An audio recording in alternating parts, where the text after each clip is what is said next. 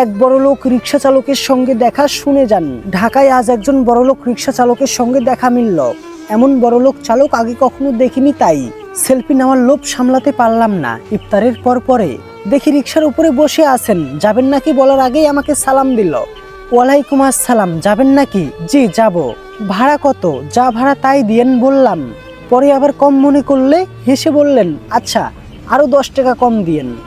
ভাই তা কেন? 50 টাকার ভাড়া, রেগুলার যাই, এই ভাড়াই নিয়েন। তিনি রাজি হলেন। কয়েকবার বললেন দরদাম করা লাগবে না। রিক্সায় উঠে খেয়াল করলাম এক হাতে আসল। বললাম, ভাই কতদিন ধরে রিক্সা চালান? এমন প্রশ্নে পিছন ঘুরে বললেন, আপনার কি অসুবিধা হচ্ছে? আমার এই হাতে আসল হলেও রিক্সা চালাতে অসুবিধা হয় না। না না, অসুবিধা না, জানতে চাইলাম আর কি।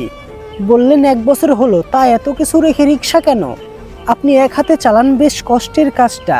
বললেন, একটু কষ্ট না করলে হবে ভাইজান? ভদ্রলোকের নাম জিজ্ঞাসা করতেই বললেন, মোহাম্মদ মুস্তফা, বাড়ি ময়মনসিংহ। মুস্তফার 2 সন্তান, এক ছেলে মাদ্রাসায় পড়ে, আরেকটা ছোট্ট। বললাম, গ্রামে থাকতে পারলেন না এই শরীরে ঢাকায় রিক্সা না চালিয়ে? বললেন, আমার তো অসুবিধা হয় না ভাইজান, আমি তো হালাল ইনকাম করে খাই। মানুষের কাছে হাত পাতা লাগবে গ্রামে থাকলে? 2 কাঠা জমি আছে, আল্লাহর রহমত যে রিক্সা চালাতে পারি। বললাম, আপনি একটা অটো রিক্সা নিতে পারতেন, পেডেল করা রিক্সা না নিয়ে। বললেন, তা পারি, কিন্তু অটো রিক্সায় খুবই অ্যাক্সিডেন্ট হয়। আমি চাই না আমার যাত্রীর ক্ষতি হোক। পেডেল রিক্সায় একটু কমই চড়ে মানুষ, তা চড়ুক না হয়, যাত্রীও ভালো থাকবে আর আমিও ভালো থাকবো। আচ্ছা মুস্তফা ভাই, ঢাকায় এমন কি কখনো হয়েছে যে ভাড়া না দিয়ে চলে গেছে কেউ? বললেন, 1 বছরে এরকম কাজ 3 বার হয়েছে। একবার এক রাতে প্যান্ট শার্ট পরা একজন মানুষ উঠেছে রিক্সায়, কাজীপাড়া এক বড় বাড়ির সামনে নামলেন। বললেন, 2 মিনিট অপেক্ষা করেন। বইলা সে যে ভিতরে ঢুকলো আর বাইরেই হয় না।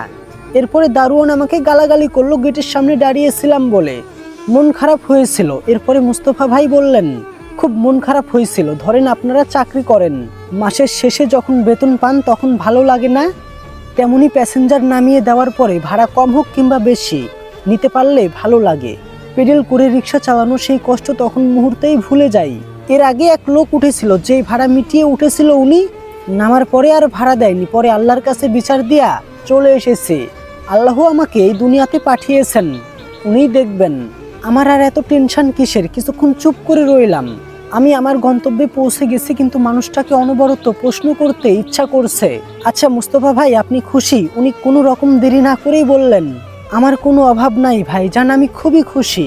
আল্লাহ খুবই ভালো রেখেছেন। আচ্ছা মুস্তফা ভাই, আপনাকে একটা প্রশ্ন জিজ্ঞাসা করি, আপনার জীবনে কি ইচ্ছা? হেসে বললেন, আমার আবার কি ইচ্ছা?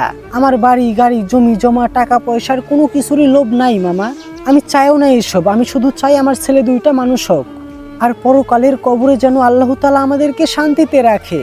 এটাই আমার জীবনের একমাত্র চাওয়া ভাইজান।